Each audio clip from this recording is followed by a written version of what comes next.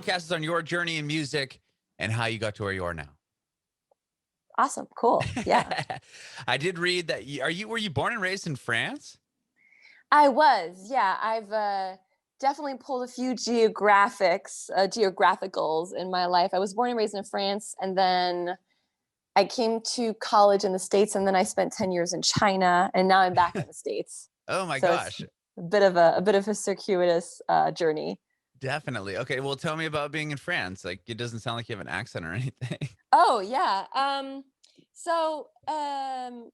France was cool. The food's very good. My mother was American, my father's British, so I spoke English growing up. Like for my first language is English, and then I learned my French in kindergarten. Oh, But okay. yeah, growing up in France was really fun, especially because my birthday is on the 21st of June, and that's La Fête de la Musique in France. It's the festival of music. So Wow. yeah, so for my birthday, I would always tell myself everybody was out on the street dancing and playing live music, and it was a lot of fun. So That's really cool. You had a huge celebration for your birthday every year. exactly, it was all about me. I was always just like, "Oh, these people have all come out. Thank you guys. Merci beaucoup, merci beaucoup." That's rad. Very cool. How long were you in France for? All the way up until So college? yeah. So I think I was 17, and then I came to New York for college. Okay. Well, how did you get into music? Obviously, you're around it every birthday, at least. Yes, yes. At least I had one day of the year where I was exposed to it a little bit. No, I'm just Sure. kidding. I I was working in China as a. It's so random. I was working in China as a TV host, Uh-huh. so I would just like host shows over there in Chinese, and I just remember when I was little, I had taken piano lessons, and we always used to write all these songs with my sister and put on these sort of Broadway like shows for our Sure. parents in the garage. We did all of that. And then, I got to the point in my career in China where I was kind of like, okay, I'm a TV host. This is good, but where is this going? Is this really what I really want to do? And so then I was really lucky. At the time, China's a closed economy, so you're not allowed Mhm. to send any money out of China. Oh, that's But interesting. there was one loophole called PayPal at the time. Ah, okay. So PayPal, it was this ridiculous loophole that I could use my Chinese like credit card or debit card to pay in Uh-huh. US dollars. And so Oh, interesting. that's how I paid for my classes at Berkeley.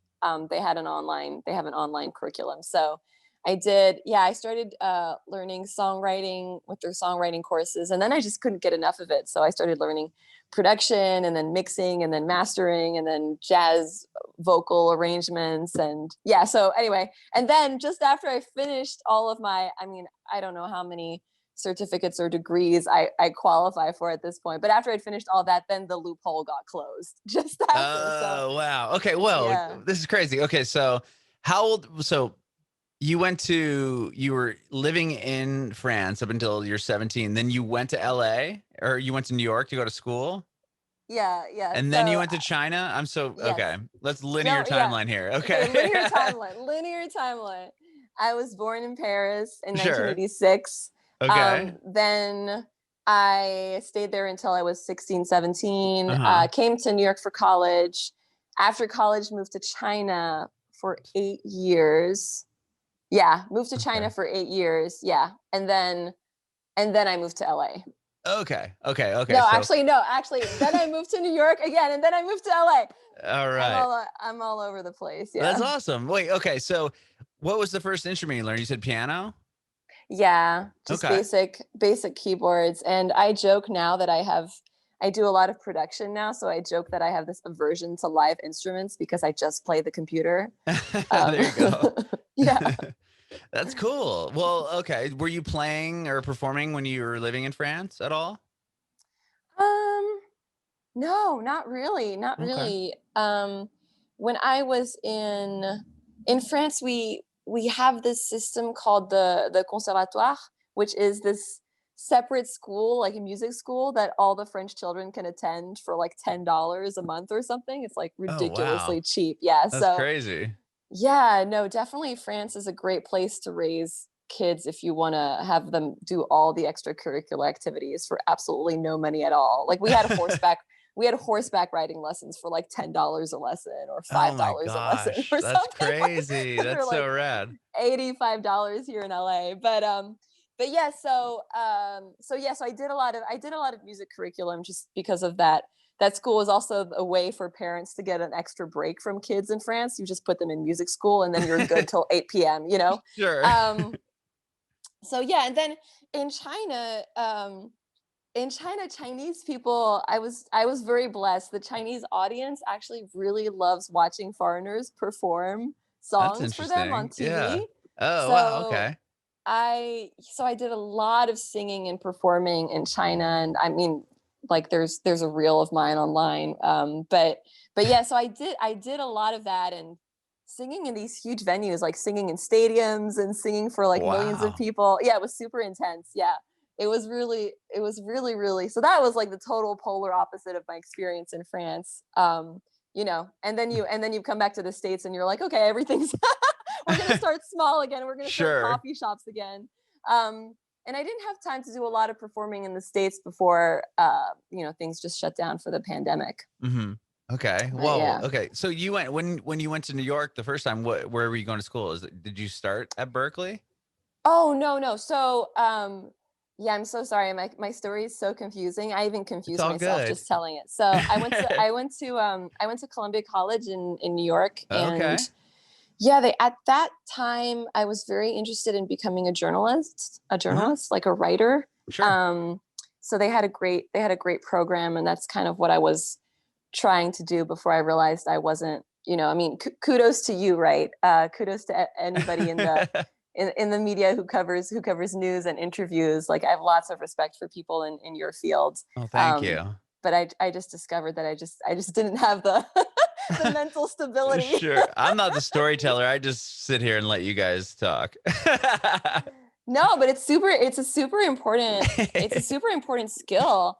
I I just remember appreciate being that on the though. phone and like trying to interview people, and it was just, and then I would end up getting interviewed by them. Right.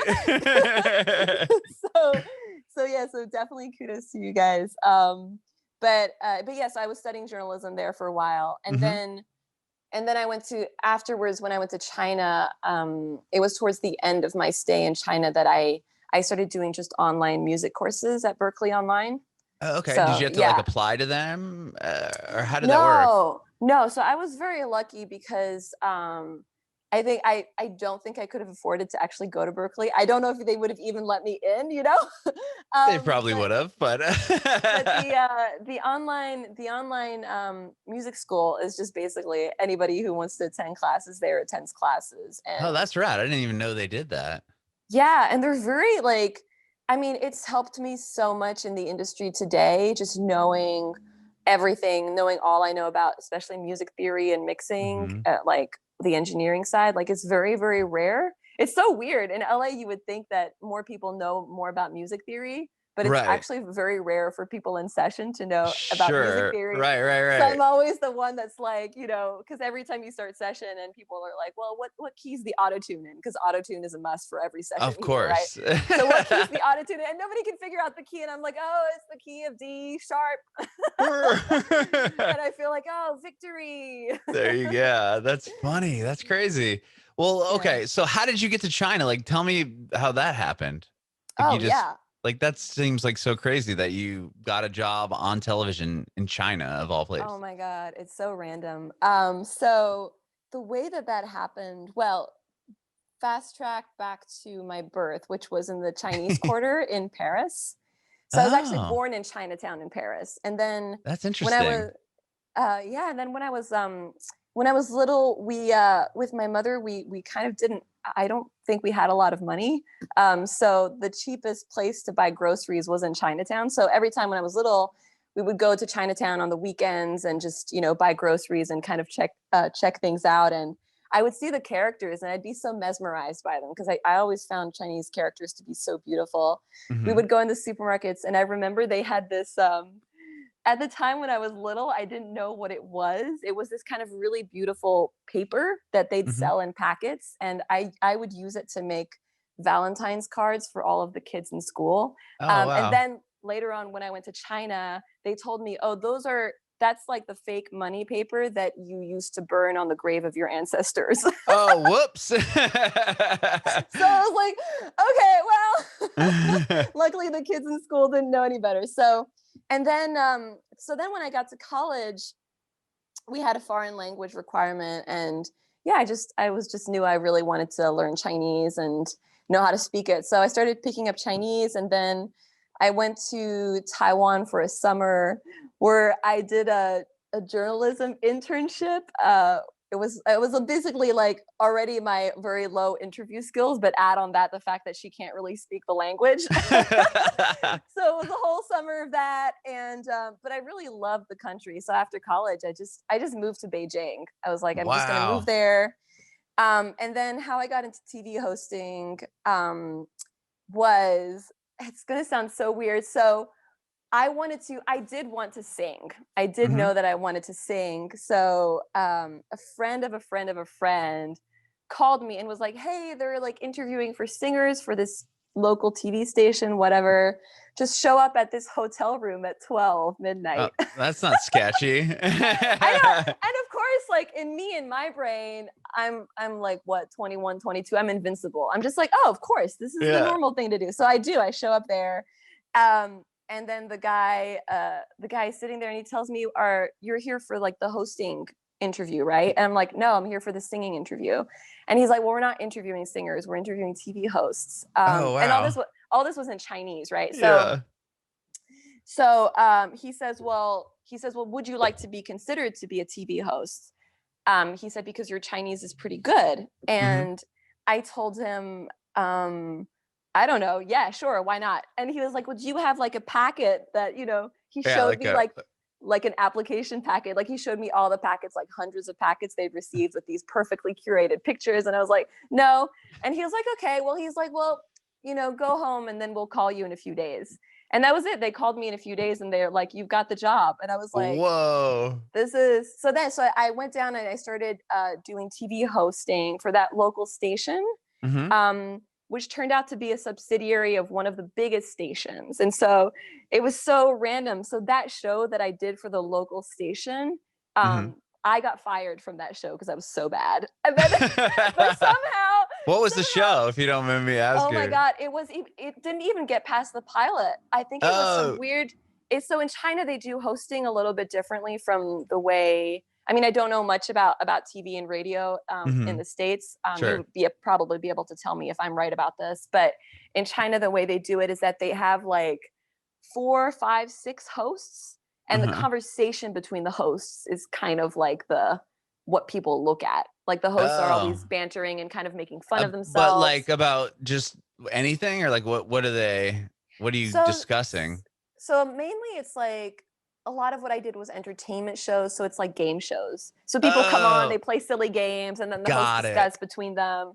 It's like, yeah. No, my father once joked to me that my college education had gone down the drain because literally all I was doing was shows with like these silly like games. But yeah, anyway, so that was the show that I tried out for. I think I got fired. I think the show continued, but me did not. And then Okay.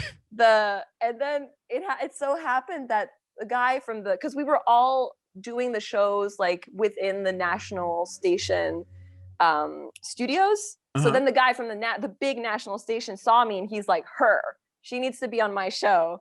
Wow. And then that show became like, I mean, it was the most watched show that summer. It was like the top 3 most watched shows that summer in China. So Wow. yeah, so that was crazy. So I was so bad, but just simply because I was on that show, then people started recognizing me in the streets. Like it became this like thing, and then there was this forum dedicated to like she has to be removed from the show. Like, my story is it's just so crazy and That is serendipitous. crazy, yeah. Yeah, so Wow. that was my first big like that was my first taste of fame. And then my second taste of fame, again, it's like totally serendipitous. I somehow got on the show. I don't know if you heard the show Stars in Danger, the High Dive. It was Uh-uh. this it was this show that a number of different countries did where they have celebrities and they make them dive off of high places. Like they make them Oh, dive off an Olympic diving board. that's Um, funny. Wait, what was it called again? Stars in Danger, the high dive. There is Okay. actually an American version of this show. Anyway, in China, oh my God, tell me if this story is too long. I can talk for No, I love it. I'm way actually too. Googling stars in danger of the high dive so I can see what this is after we're done talking. So anyway, so they did like, oh my God, it was a whole thing. So there were two big national TV stations that did the same show. So I got selected as one of the celebrities for the one show. Okay. And then they had the other show, yeah, both shows were competing. On one of the shows, one of the celebrities passed away Oh, wow. because of like Oh, the experience. they died on the high dive? Yeah, I mean, they had me Oh do my you God. you get That's crazy. Did they air the episode? I don't think they did. No, Yeah, that'd be epic. they didn't die during the high dive. They died like Oh, during training or something. oh my Um, goodness. yeah, the other thing about China, anyway, I'm sorry, we're way off topic of music, but this is No, really but this fun is stuff. fascinating. Yeah. The other thing about China, I will say, is that they have absolutely like the security protocols on the shows are awful. Like they had me do things that they need kids to train for 2 years to do. They had me do in one Whoa. month. Yeah. And I was like, yeah, sure. And then this other show, I broke my wrist because they like this let me fall on this like trampoline from like a super high off place. It's a shit show, but man, what a decade. Oh my gosh. Okay. So Yeah. after all that, you move out of China. You move to New Yeah. York, you said? Yeah, so I moved to it was familiar for like the familiar grounds because I'd gone to New York in college and Mm-hmm. I just wanted to try it out. I kind of had an inkling in my mind because this is fairly recent. This is like a few years ago. Mm-hmm. I didn't, once leaving my career in China, I was kind of like, okay, how are we going to do this music industry thing? Like just being realistic, right? Mm-hmm. We're in our 30s. Yeah. We're not the freshest chick in the bunch. Sure. How are we going to do this? And I thought to myself, oh, and I'd also heard a lot about just I think in China there'd been some news about Kesha and like basically the whole producer environment in the industry with male producers and that being a complicated setting for women Oh, to navigate sure, sometimes. sure, sure. So I was just like, I think I really need to become a really good producer Mm-hmm. because if I want to have a chance at being able to make any money in this industry, I think at the you don't have any guarantee of making money in this industry at all, right? But like Right. the most I could think of that could maybe pay the bills a little bit was if I became a producer. So that's Mm-hmm. really where I concentrated my focus on. And so the And first few producing years, for other artists. yeah, Okay. producing for other artists. Yeah, producing other artists, work for hire, or just like being in sessions as a Mm-hmm. producer. So I went to New York and I didn't really, it was such a culture shock. Like coming from China, it was like an opposite culture shock. It's the way people communicate here is so different from the way people communicate in China. China, Mm-hmm. everybody, there's like common references that people have here that I just didn't have because I haven't grown up here. Mm-hmm. Like when people talk about movies and stuff like that. Oh, remember this scene from that, and I'll be like, Oh, yeah.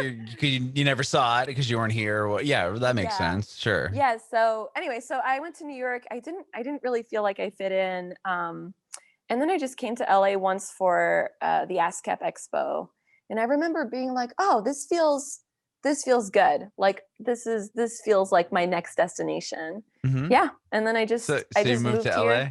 Wow. Moved to LA, and I'd never driven a car before in my life. And So how old were you when you in your 30s, obviously, when you yeah, moved yeah. and you had never driven a car in your life? No, never. I think I was 31 or 32 when I got my license. I got failed the first time for stopping at a green light. Oh, whoops. I know. That's crazy. That's funny Yeah. though. So, oh my gosh. So Yeah. very And new then to driving. very new to driving, So you but didn't have to drive in China? Like are people driving around there, or you just chose not to? so man, China it's such an interesting place because in some ways it's in some ways it's still a developing country, right? It's certainly Mhm. in human rights, like, and freedom of press, there's a Oh, lot of sure, issues sure, over there, sure. right? But in other ways it's so much more advanced, right? So they had Uber in China like 5 years before Uber existed. So Interesting. so it was called Didi Da Che, Didi Da Che. So everybody, yeah, like me speaking Chinese. So That's awesome. everybody would just use the app.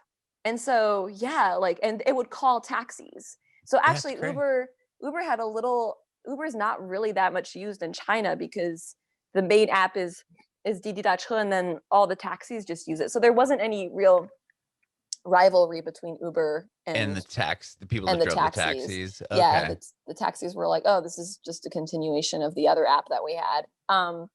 But yeah, no, so yeah, and then it's been good. I mean, the last few years, it's interesting. I still continued my job in China, so I would still like fly back once a month, host a TV show, fly back here, do some Oh, music. wow. Yeah, so I've been doing that to kind of just ease the transition into the music industry, but it's definitely been a ride.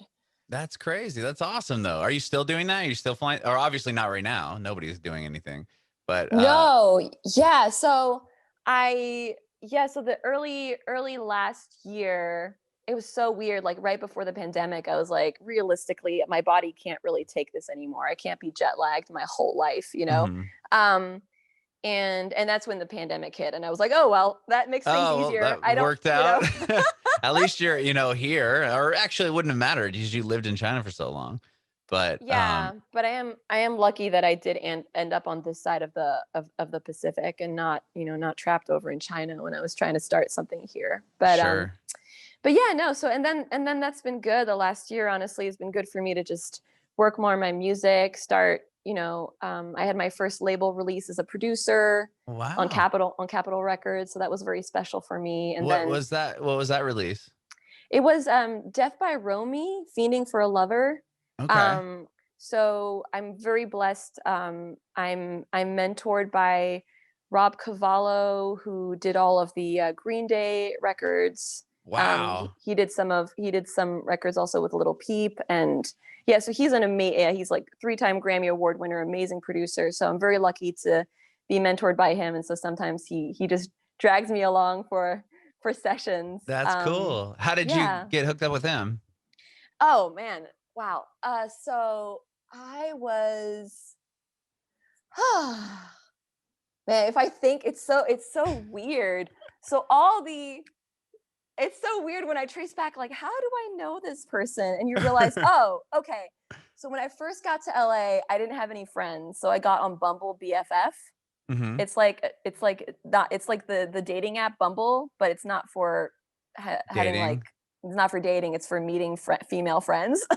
Really? So That's yes, crazy. I know. So on Bumble BFF, I met this really cool girl, and we struck up a friendship. And then she knew somebody who was a producer, and then he was working with this management label called First Access.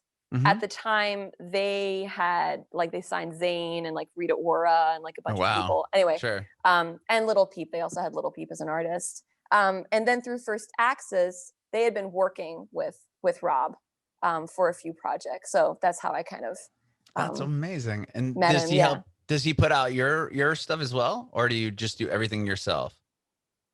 So for me, sometimes for my artists, actually, I should rectify that. So at First Access, I was lucky. I struck up a friendship with Charlie, who's Rob's son, and then through Charlie, I met Oh, Rob. okay. So yeah, so just currently getting the line of people in my No mind, worries.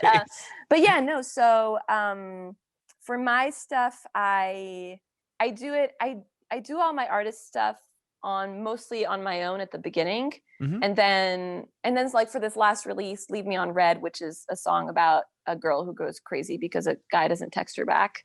I knew that it was very like rock blues, kind of Uh-huh. that some of that Lizzo record. So I was like, Sure, oh, sure. I have to ask Rob if he's going to help me a little bit on this record because I already had a co-producer on there. Okay.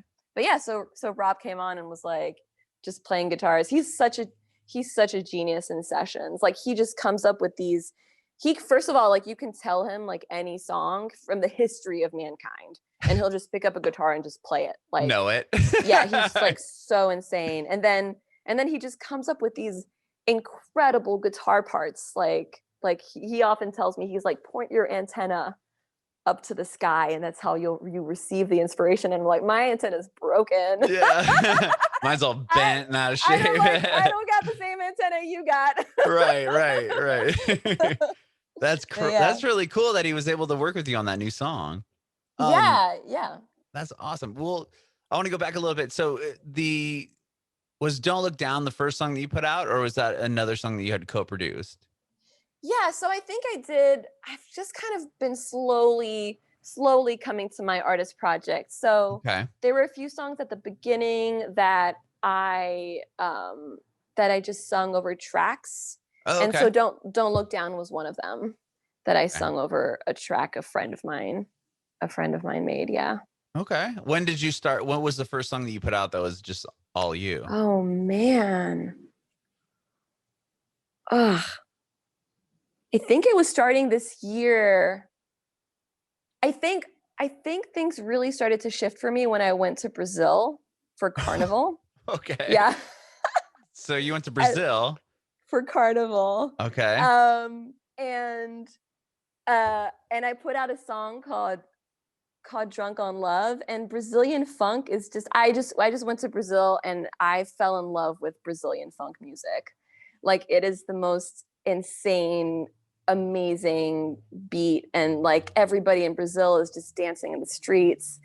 And so I think Drunk on Love is like one of the earliest songs where I was Okay. starting to experiment with Brazilian funk beats. And Brazilian funk beats, the advantage is the production is fairly simple. Mhm.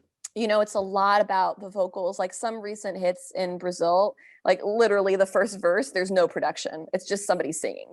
Oh, like Like literally, acapella? yeah, like Oh, literally, like wow. the biggest song, one of the biggest songs right now is called "Oh Juliana," and it's about a guy who's basically telling a girl that he can't be all hers. He has to sleep around with everybody, anyway, whatever lyrics And are. that's a hit right now? Yeah. Interesting.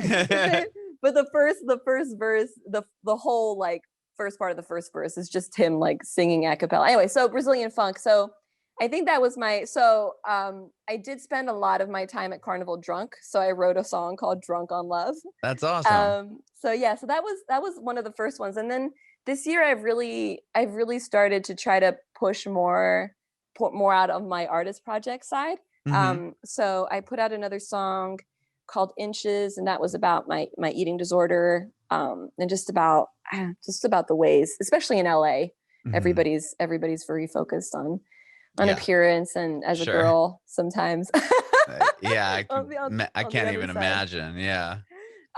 Yeah, and then I guess I have two sides to my artist project. I have my Brazilian funk side, which is a lot of dancing, and then I Mhm. have the social commentary, more ironic, sarcastic side. So Leave Me on Red would be Yeah. more of that. That's more soul influenced, more Uh-huh. blues influenced. But yeah. That's awesome. Yeah, now it makes sense. Leave Me on Red because yeah, you get the text, the person reads it, and then they don't respond. You're like, Yeah. yeah, I Yeah, love it's that. yeah, it's very I feel for me, so a lot of this year for me has been journey into understanding my mental health a little bit more.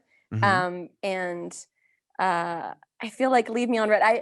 I feel, and also embracing my shadow self, right? So I have my persona as an artist who is she's gradually becoming more and more visible. Like she's just this very sarcastic, bitchy person.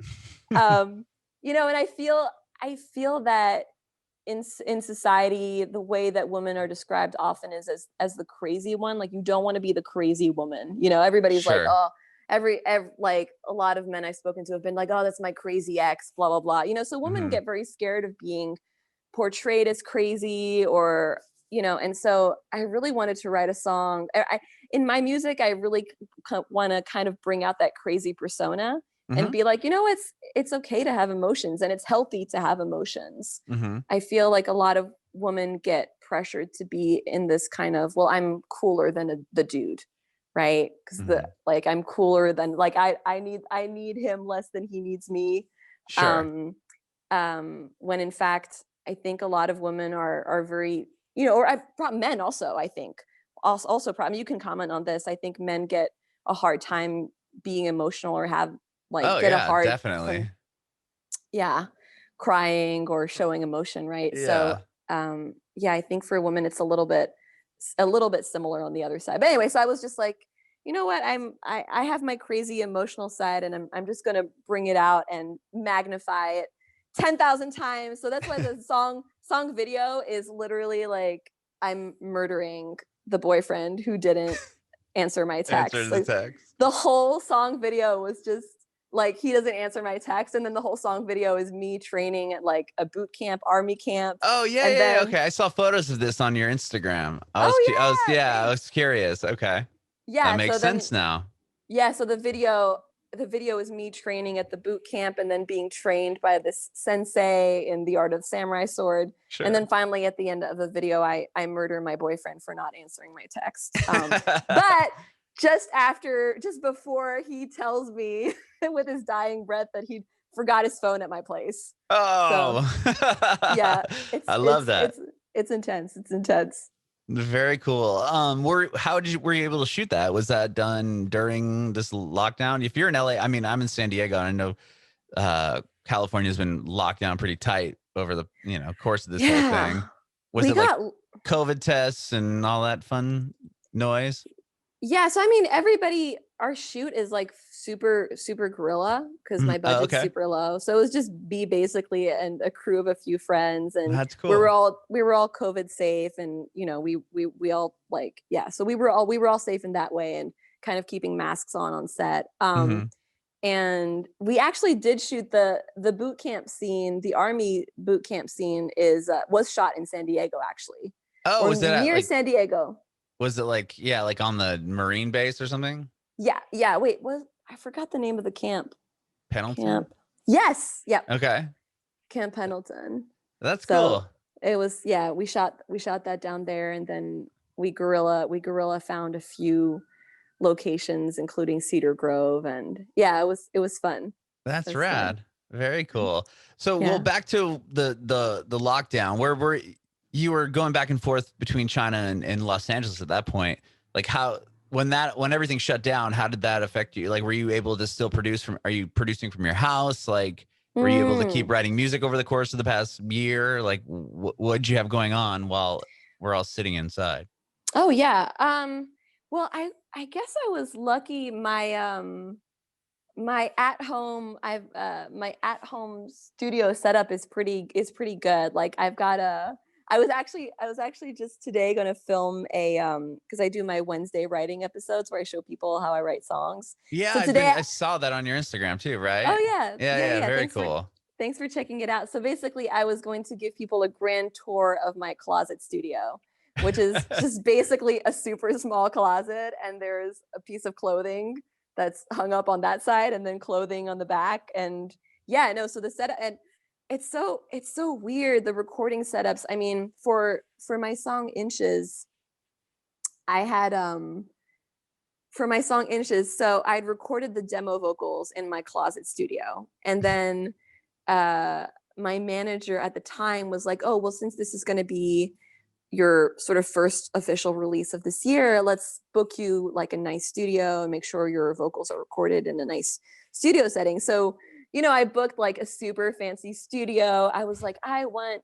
something that has all of them. I want to test out all the mics. I want to do a battle of like the $10,000 mics. And anyway, so I Sure. did that, spent all that money. I did find out though that my favorite mic is unfortunately very expensive. So that's going to be a Oh, problem in the all future. right. Which mic would But that be if you don't mind oh me? yeah, the Telefunken 251. Okay. So I'm not familiar, but I'll definitely check it out. well, the Sony C800 is the one that Rihanna and Justin Bieber use.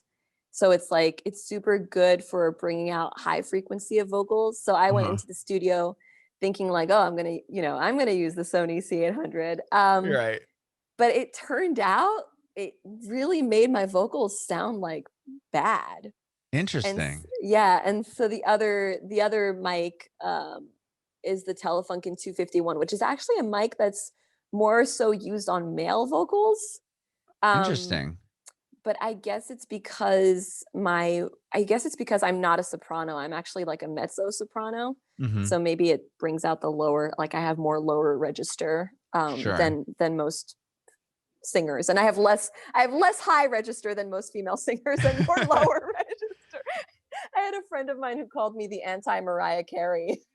That's pretty good. He was like, "You can belt like really far down." Right. Not those I'm like, yeah, I'm glass like, don't ask breaking me. No, vocals. Yeah. like, but yeah. So I went to the studio. I found what my like ideal mic was, and then I recorded a song in that mic, and I was like, yeah, this is awesome. And then I played it for everybody, and everybody was like, hey, we like your closet vocals better. Really? Like your closet demo vocals sound better. And there's just it's just because you're in such a like when I'm at home recording, I'm so relaxed. I can really just get into character. And then when you're at a big studio, especially for somebody like me who doesn't spend a lot of time in big studios, I think there's like, and then you have an engineer who you're not familiar with, who's like cutting your vocals, Hmm. you get kind of intimidated. Sure. Bec- but because of my home setup, yeah, I've been able to, yeah, consistently continue making music. A lot of the music I do is actually just on my laptop, and I have actually purchased a bigger keyboard, piano keyboard. Uh-huh. But I just never use it. I only use the small 20, Oh, yeah, the little short the one. little one. That's the only one I use because it fits on my desk. And then I'm just there playing with my mouse, putting in the drum sounds, and hey, it works. It works out well. It's so gnarly how far music technology has come. I know. Yeah. Now you can just record everything on a laptop and, make it. Are People are are making you records on their phone. yeah, are you a music creator yourself or? No, I'm just a interviewer guy. I did radio for Oh, 15 years and now I'm doing this. So, that's um, so cool. yeah, I can poorly play guitar and drums and stuff, but I wouldn't call myself a musician or a songwriter of any kind. I'm just a Oh, music fan. well, I think we all have our own skills. Obviously, like yeah, I think it's super awesome, the skill and the craft that you bring to the table. Well, thank you. I appreciate that. Um, well, so that's rad. That's cool that you were able to go, cut vocals on these super expensive mics, and then your room recording is better. I know. I was just like, I told my manager at the time, I was like, we're gonna save so much money. Yeah, sure. Because I just need, but of course it did sound better, like the quality of the sound. I was playing it to people and they were like, well, we can really, your vocals are so much clearer just because there's something about like hardware compressors that just Hmm. add bite to your vocals. So they just Right. cut through the mix, right? Sure. But they said the performance is just so much better when you're in your closet. So it's just, yeah, it's nothing can beat performance, right? Hmm. Sure. Performance says the end of the day is the most important thing. Hmm. And do you have more songs coming out? Like, do you have a bunch? Do you have an EP or what do you have Oh coming out yeah. next? Yeah, so continuing with this Brazilian theme. So for my song Inches, I had found this amazing choreographer, Brazilian funk choreographer online called Nanda Teixeira, Hmm. and she at the time was not in LA. She was outside of LA, but she really wanted to move here, and so we did a few classes online for the release of Inches, just so I could kind of dance a little bit like that Brazilian funk style. Oh, But cool. anyway, yeah. But anyway, Was it like a Zoom dance session? Is that what you said? yeah, Oh, yes, wow, yeah. that's So crazy. we did like some, because I gave her the song Inches, and I was like, oh, I'd really love for you to be able to choreograph some dance moves to this. So she choreographed, and then she was kind of trying to teach me. So I learned from her a little bit online, and then in the autumn she ended up moving to LA. Oh, And wow. yeah, so That I actually works. I actually met her for the first time, and yeah, we've become pretty close friends. It's awesome. I see her every week. It's like we dance together. It's really great. So and we danced to all of these Brazilian funk tunes, and I love that music so much. So I told myself I was going to make a shameless Brazilian funk mini album Okay. that I'm going to try to release maybe in March. But I'm going to try to release a song a week that with a choreography accompanying it, and yeah, and just see what that sounds like. But That's exciting. That's really that's awesome. yeah, no, it's going to be super fun because I feel like this part there I just love dance. Like there's a part of me that wants to be more serious and lyrics focused and wants to write songs like Leave Me on Red or songs that tell a story a little bit more. Mhm. And then there's a side of me that just wants to just write those, just wants to dance and write those lyrics that are just like, oh yeah, I'm like feeling good about myself. I'm like, Right. oh, well, like, oh, hands in the air. Like empowerment songs, yeah. Yeah, like those kind of songs. And so I get to kind of scratch my itch a little bit. That's awesome. That's and then so you're still doing the Instagram thing? You said what, Wednesdays or Tuesdays you're doing? Yeah. So I'm trying to, oh man, social media, and maybe you have some tips for this. But yeah, so social media for me is so hard. Like Oh, it's yeah, it's super hard. I get so triggered. I have such jealousy, fear issues around career and stuff. Um, so the most I've been doing, I've just been kind of telling myself, oh, I'm gonna do Wednesday writing episodes. It's just to kind of show people what my whole songwriting process is. So kind of Mhm. from start to finish in one day, just finishing a song. So that's what I do every week. But I'm thinking of hiring somebody to help me with social media because it's so overwhelming at this point. I'm just Yeah. like, oh man, it's like such a big beast. And then you have so many platforms, right? You have like TikTok and YouTube and like IG and Facebook Mhm, and all of your friends are on different platforms, of course. So mhm. they're like, you're not doing enough on my platform. Right, yeah, some people perform better on Facebook or Twitter, Yeah. or whatever. Yeah, it's such a weird thing. Yeah. I guess that's why, like, it's funny because, like, when I went to college, like, there was like, now social media marketing is like a degree Oh you can get, and, like, it's so wow. bizarre to me, like these websites have created, like, these whole different set of skills for people. And I I mean, it think makes it's like, sense. yeah, did you see the what is it? Was it called The Social Dilemma on Netflix? Oh, yeah, yeah, yeah, I did.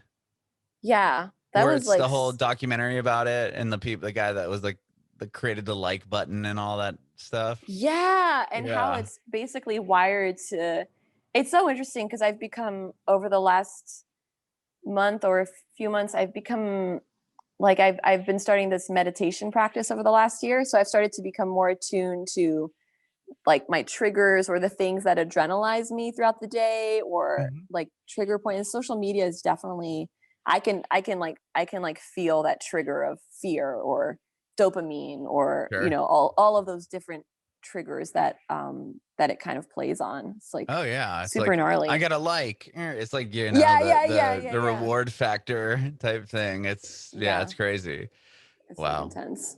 Yeah. Well, Ava, thank you so much for talking with me today. I really appreciate it. Oh no, thanks so much for having me. I'm really grateful. Awesome. Well, I have one more question for you. I wanna Yep. know if you have any advice for aspiring artists. Yeah. Okay. Let me think. Hmm. I would say just, yeah, I would say try not to do what I did, which is learn too much about music and then, and then kind of go into this wormhole of really making music from a very intellectual place. I just write from your heart, just focus on creating art, yeah, that's just from your heart, and don't listen to the noise out there and all the hype of the entertainment industry, and try not to pay too much attention to followers and what people think of your music. And just, I think we're here in this human form for a very short span of time, and as a creator, and you're a creator too. I just feel like we're so incredibly lucky to have this short span of time to just be able to create and be channels. And so that's what I would encourage. Bringing it backward.